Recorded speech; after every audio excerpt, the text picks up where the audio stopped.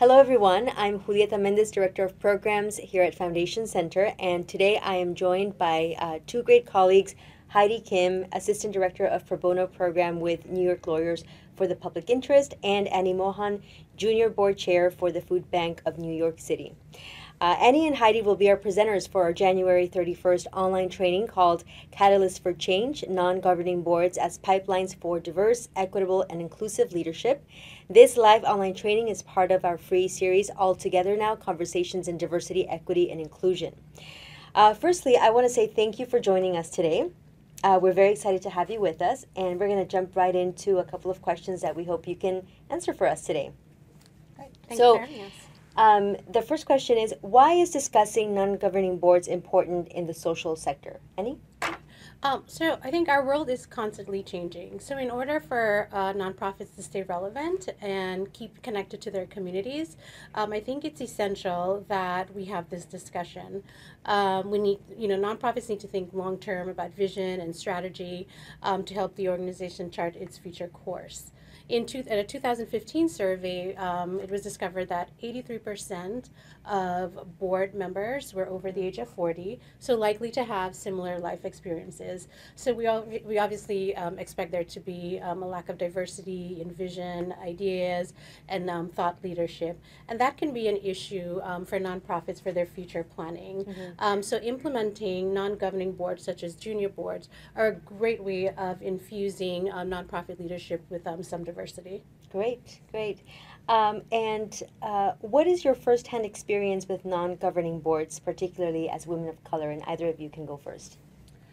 Sure. So I work at New York Lawyers for the Public Interest to manage our junior board. We call it the Pro Bono Advisory Council, and really it's a complement to our governing board. Our junior board is really made up of associates and attorneys who are at the associate level rank, which is as opposed to our governing board, who are mostly partners and senior attorneys at their law firms and corporate legal departments.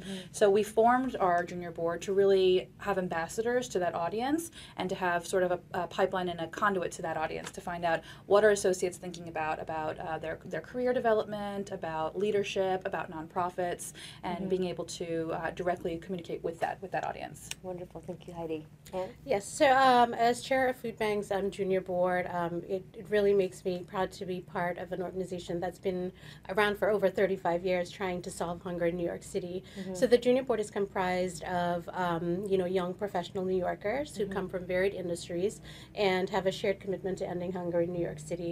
And we help and support Food Bank mission by lending our time and talent and leveraging our network and resources to further the organization's mission. So it's really been a great experience, and kudos to Food Bank for really giving women and women of color an opportunity to be in leadership positions at its organization. Wonderful. What's one thing that our participants will be able to do right after the webinar? Why don't we start with you? Sure. So after the webinar, hopefully you'll have the tools and resources to think about with your leadership whether a junior board is right for your organization. They will be able to look through all the different factors, look at recruitment, look at development, whether you have the internal resources to support a junior board, and hopefully come together around a consensus about whether or not it's really going to be additive for your organization. Wonderful. Anything to add? Yeah, sure. I think after the webinar, you'll be able to figure out how to institutionalize the junior board in line with your governing board to ensure there's a diverse pipeline for leadership. Great. I'd like our audience to get to know our presenters on a more personal level, so I'm going to ask you both one final fun question, and that is, what is your favorite city?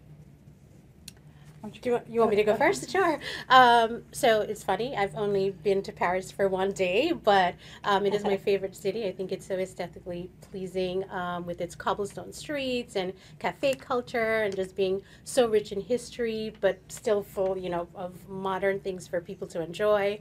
And I studied French in college for a couple of years and also all through high school. So visiting it, even if just for one day, it was just like seeing all my textbooks come alive. So I'm hoping to go back this year and really, get to immerse myself in that culture again. Great. And I think I would say Tokyo is actually just a phenomenal city and just had a tremendous impact on me.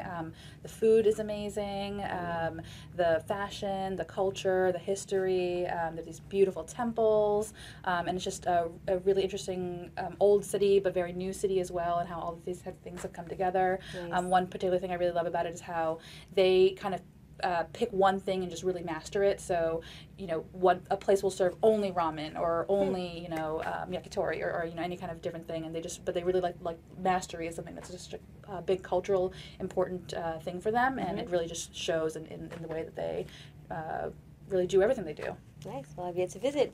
Yeah. Well, thank you both so much for sharing your experience with us today.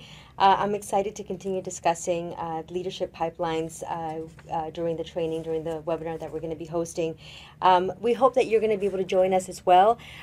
You can register to join us live and receive a recording of the webinar to watch and rewatch on your own time.